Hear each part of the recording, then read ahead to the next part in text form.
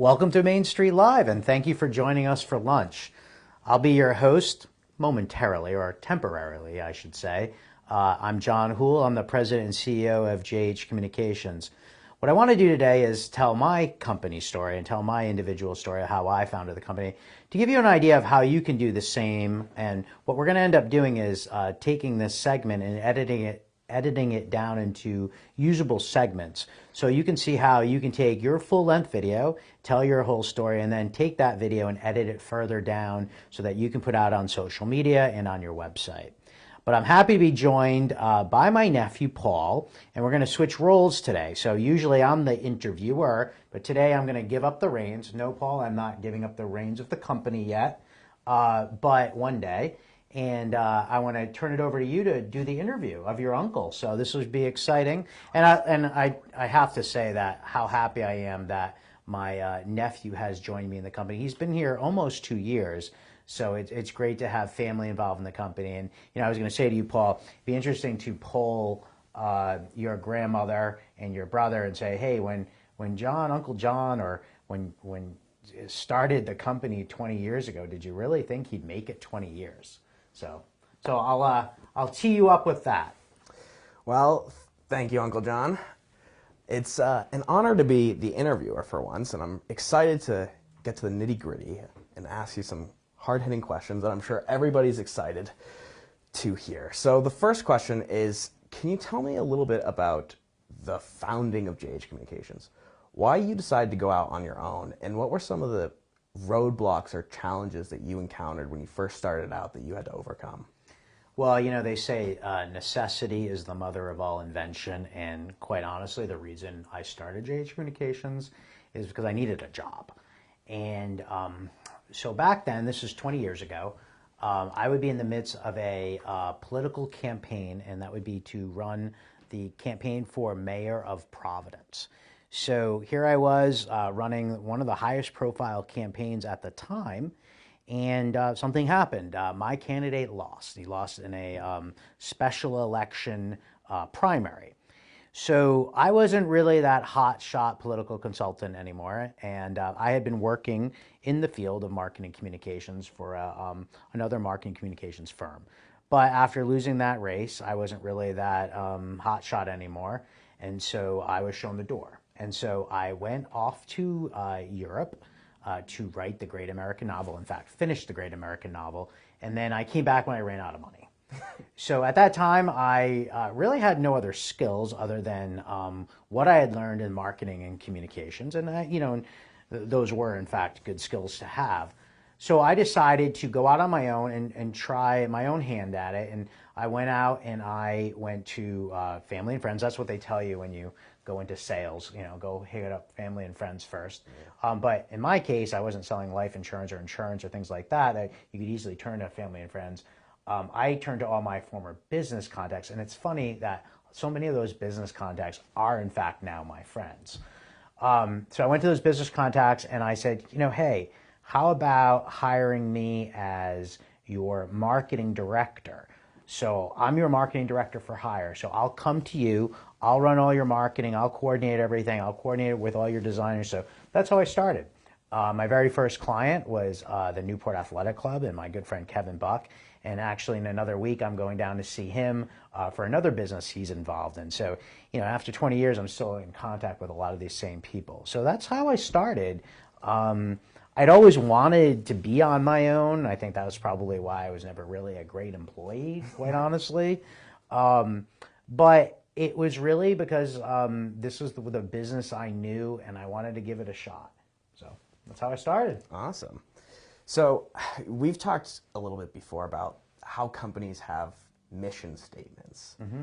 And, in your opinion, is there a benefit for companies to have a mission statement? And if so, what's our mission statement?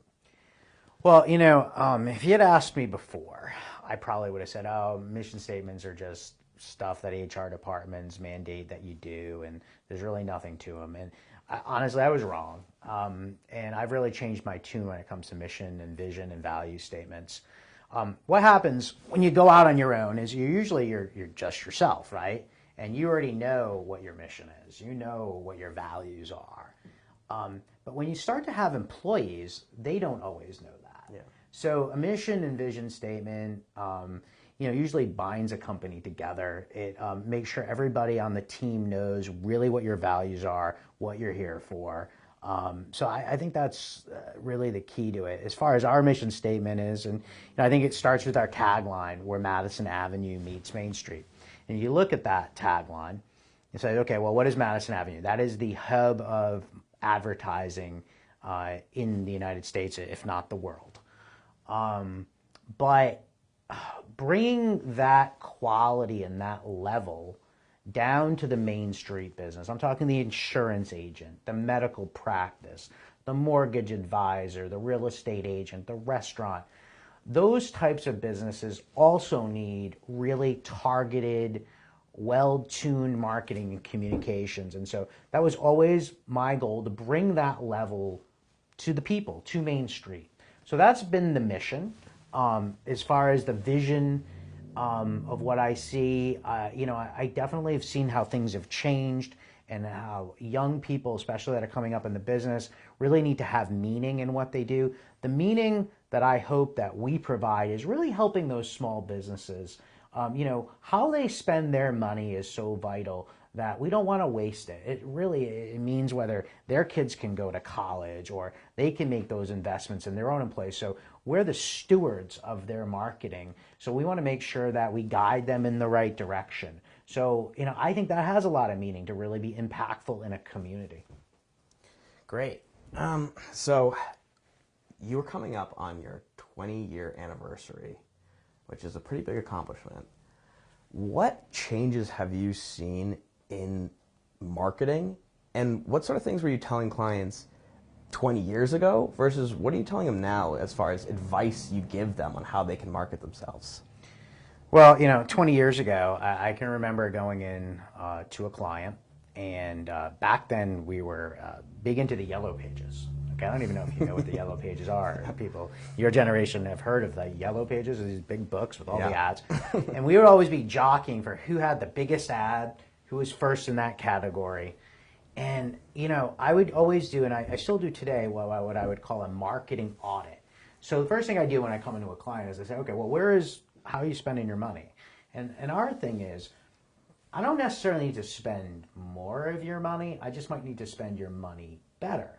And when I would come into these businesses, the 75-80% of their budget was in one place, and it was the Yellow Pages. And it just didn't make sense to me. And I can remember a Yellow Page rep telling me that I was, by cutting the client back, that I would be responsible for the business going under. Well, you know what? The business didn't go under. In fact, it's still thriving today and still a client today. So I don't think we made a mistake there. And, it's interesting that, not to pick on the Yellow Pages, but, they've reinvented themselves. So now they're a major search engine. So it's interesting how businesses have evolved over the last 20 years. I see a lot of the TV stations that I deal with, they're now full service marketing. I mean, they're doing digital advertising, involved in even social media, big in video. Of course, their major push is the actual broadcast television or cable television that they do, but they're into different verticals as well. So definitely things have changed. But what hasn't changed is kind of the very principles of marketing that, you look at what Ogilvy or Claude Hopkins advocated. And that's really knowing the buyer persona, really knowing your audience and who's buying from your client, and really tailoring messages, clear, concise messages. I referenced both the kind of the titans of advertising, but back in their day, it used to be, you need to get a message out 7 times before it really clicked with somebody. Now they're saying 24 times. Yeah. So we're in such an oversaturated marketing environment with so many messages that it makes it even more importantly and so vital today to have really clear, concise, crisp messaging, but really delivering those to the right audiences. Yeah, and so I actually don't know this. How early on in the company did you start offering video? Was it something that you always wanted to do, or was it something that you saw a need for, that there wasn't a lot of agencies offering video packages at the time, or can you tell me how that started? Day one. We were always probably when I look at the evolution of the company, the first major milestone was the Trusted Choice campaign, and that's been something we've been doing for 15 years. And I was hired by the Independent Insurance Agents of Rhode Island to manage their Trusted Choice media campaign.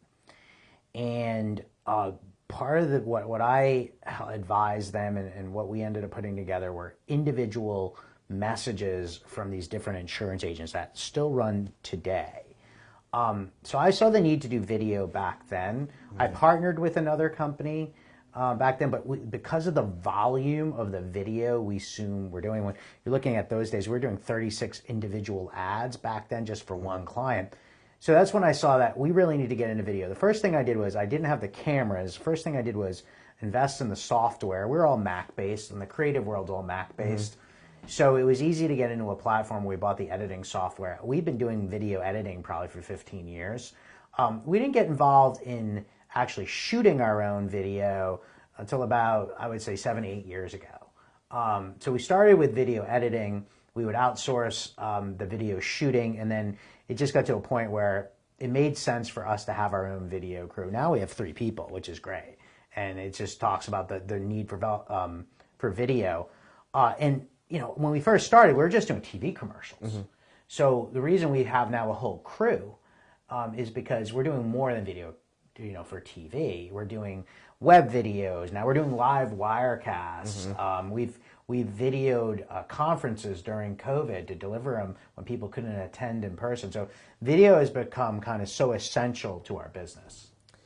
Yeah, and you know, when we were getting ready to do this, I stumbled upon an old video from about 10 years ago. So I'd like to show you and everybody else at home watching this awesome clip of a JH promo. Hi, I'm John Houle. Welcome to JH Communications, where Madison Avenue meets Main Street. Our mission is to provide Madison Avenue quality advertising and public relations to Main Street businesses like yours. Companies throughout New England rely on us to deliver integrated marketing services at an affordable price. Most often, we do this for less than the cost of hiring one entry-level employee. From your first contact with our office, we welcome and treat you as a valued client, much the same as you treat your own customers. Whether you need a press release, are promoting a new product or service, or need a brochure or newsletter, we handle it every step of the way. JH Communications employs a full-time writing staff, web and graphic designers, and a video production staff. We create websites that fully integrate blogs and social networking that keeps your content cutting edge. Our state-of-the-art in-house video department creates web videos, as well as corporate and product profiles, and TV and radio commercials. I am proud to have assembled a team of talented people around me that helps realize the main goal of JH Communications: cutting-edge, results-driven marketing in partnership with every client's needs. Wow. I had a lot more hair. I was going to say, Jen and Jen look very similar. You look a little different. Yeah, well, you know, and you mentioned Jen and Jen. I think that's just the fact that they've been here. In fact, Jen Davies been here probably close to 15 years. Jen Almeida, 12 years. Anna is going on almost 20. So, I mean, that I think that speaks volumes that people have been here for so long. And, you know, it's just a great team. But that video, you know, when I look at that, I see some of the things we used to do. And you mentioned, you know, how things have changed. We used to do a lot of printed newsletters, a lot of postcards, a lot of stuff like that. Less video. Now when we do reels, we do mostly video. But you saw, I saw some early edition websites that we did. Probably what I'm most pleased to see is when you show that reel, the number of those clients that we're still doing work for today. Yeah, I know. Yeah, that's probably the best thing. That, you know, that was 2011. So we're still doing, you know, 11 years later, a lot of work for those same very clients, and they have then recommended us and helped us expand our business to get even more. So that's been a great thing. Yeah, it is really cool. I liked seeing, you know, Blaze and Thorpe and Trainer and all the clients that I still work for, and seeing them featured in the old reel. But you did mention our new reel's more focused on video, and so we've recently put a new one together. Yeah, it's great. I mean, I think we produce a new reel every year, and we might need to do it based on the volume of the video, maybe every 6 months. So, so now we are going to debut our new video reel of Main Street Media.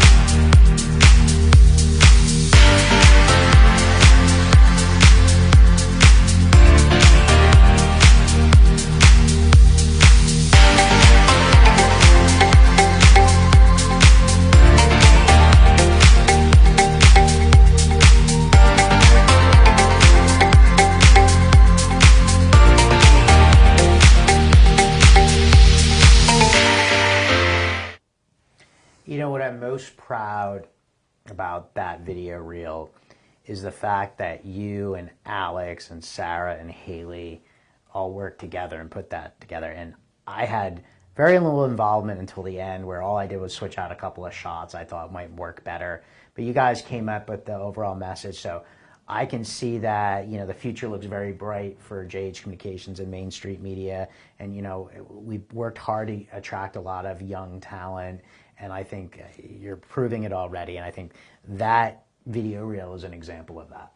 Yeah, I'm really proud of how it came out too. I think it shows a lot of different unique work that we get to do and the different clients that we service. So it's something that I think Alex and Sarah and Haley and myself did a great job putting together. So yeah, I mean, I was thinking about that, just where we are right now. This used to be our conference room, and we turned it into a studio. And I'm just thinking about, you know, we're you know, I guess we might even still be in the pandemic. I don't know if we're ready to say we're post-pandemic. I'd like to say we're post-pandemic. But we're coming out of this pandemic, yet this meeting space was transformed into a studio, and all week it had activity. You know, so it's great to see that activity, and this is how you evolve, right? Mm-hmm. So you were recently named the chair of the Northern Rhode Island Chamber of Commerce. And I think that's really cool, and I'm really proud of you for doing that. But what does it mean to you to be named, you know, the chair of the Northern Rhode Island Chamber of Commerce, and what other, you know, activities outside of JH Communication are you involved in? Well, being named chairman of the Northern Rhode Island Chamber of Commerce, as you noted, is very important to me because it was the very first chamber I joined. And I remember, I can remember my friend Brian Hunter encouraging me to join. And, you know, back then, you know, it was like $300 to join or something like that. And that was a lot of money, you know, and I needed to get return on that investment. But man, has that paid off so much. So to now, 20 years later, be the chair of that organization. I can remember going in, you know, to these business meetings and these events and being very intimidated by all those people. And, you know, now to be, you know, to be the head of that chamber or the chair of that chamber means a lot, especially when I look at, and this is what I think is especially great about our chamber, I look at the people before me who were chair. I mentioned my friend Brian Hunter. He's a very, he's a well-known and established insurance agent in Northern Rhode Island. But just the past chairs before me, I mean, Craig Schoolis, the head of Bally's Twin River. I mean, he then Kevin Tracy, head of Bank of America here in Rhode Island, and then Peter Marino, head of Neighborhood Health Plan. I mean, and then now me, John Houle. You know, so you know, I see these pretty much these titans of business. And then now they have me. But I think that's what makes our chamber great, is that you can have these larger businesses, these big corporations that are so vital, provide so many jobs here in Rhode Island. And then you can have a small business owner like me. So I think that's what makes our chamber so great. And the chamber has been impactful to me. They hired me at different stages in my career. I've certainly networked, and it's interesting to see, you know, how networking has evolved. I've been part of a leads group there for 10, 15 years. So it's really been a great experience. So that's probably one of the crowning achievements so far in my professional life is to be the chair of the Northern Rhode Island Chamber. You've noted I've also served on the Girl Scouts of Southeastern New England Board of Directors for 3 terms. Then I moved over to their Board Development Committee, and that's been great. I've been their chair for the last several years. As chair, we are trying to find new board of directors members to lead the organization into the future. So that's been a great experience. And what I've found in being part of these larger organizations than my own small business is how much value I can gain from just being part of these organizations. They talk about, the mission statements, the value statements, and things like that, or just how they run organizations. I've taken a lot of what I've learned back to my own business. So that's been really helpful. I also coach hockey. That's fun for me to be involved with my son and be on the ice. And I'm also a member of the Workforce Partnership of Greater Rhode Island, and we oversee millions of federal money for job training. So I think that's great that the state looks for the advice and what the thoughts of actual business owners, are looking for. So for them to ask small business owners to sit on that board to find out, what are we looking for with future workers? And so that's been great for me to be involved with that. But early on, we did a event where we would try to raise gifts for children that didn't have anything or were abused. It was through the Gateway Light of Hope campaign, and early on I was recognized twice as their community leader of the year, and that meant a lot to me, especially at the time. When you're running a small business, it can be difficult, and it can be lonely. And when there's certainly times on that trajectory where you need that little shot in the arm, that little boost, and certainly being awarded something and recognized as a leader in the community and especially helping children. In fact, I still have pictures and letters in my office from those children, and it's amazing what you can in fact do. And we still do that today as a company. We'll always raise money and give gifts to kids in need. So that meant a lot to me. Yeah, that's pretty awesome, and I'm especially glad that you mentioned coaching hockey as one of your outside activities, because I know that's a pretty all-encompassing job. Actually, I think it's like a second job. In fact, I think sometimes you guys think that it's my primary job. Yeah. Who would think that coaching squirt hockey would be such an all-encompassing effort? So, other than those boards and coaching, there's another thing you spent a lot of time working on, and that's your book. I don't know if you want to mention or give a little teaser to people, or how cool it is that you have a book coming out and what it's about, the importance it has for you in the business. Well, I hadn't really thought about it until today in preparing for this interview, and when you're talking to me about some of the things you might ask, that it's almost coming full circle back in how closely related the book and my company are. And I mentioned early on that I left Rhode Island to go to Europe to finish the Great American Novel. And I did, in fact. It's not the Great American Novel, but it is a novel. And after 20 years of having written it, it's now going to be published. And what had happened was I did write a book, and I wrote that book on mornings, after hours. So this is way before I was married. So I haven't, to truth be told, so when this comes out, people are thinking, well, how did you have, people have already asked me, how have you had time to write this? Well, I wrote it 20 years ago. So I wrote it 20 years ago, and then it did see light. One chapter was published in a literary journal. And then what happened was I kind of let it sat on a shelf for a long time. And during COVID, I said, you know what? I'm going to go back and I'm going to proof it one more time. Now, it had been edited so many times prior. Now you should see how many times it's been edited. So during COVID, we were home and we all worked from home for months at end, and watched a lot of Netflix and it was time that, I went back and I reread everything and edited it one more time. And, now that I have more contacts, and the publishing world has changed so much than from 20 years ago, it also has evolved. I found a publisher. I went to them. It's been through 3 rounds of edits, and it is coming out in late summer, and we'll be publicizing it late summer. It'll be coming out officially in September, and there it is, The Kingmakers of Providence. And it is based off of my political experience and having run elections, but it's a fictional account. But it's gives you kind of an inside look at what political campaigns and what politics is really like. Awesome. So my final question for you, Uncle John, is what advice would you give a young entrepreneur starting out in this business world?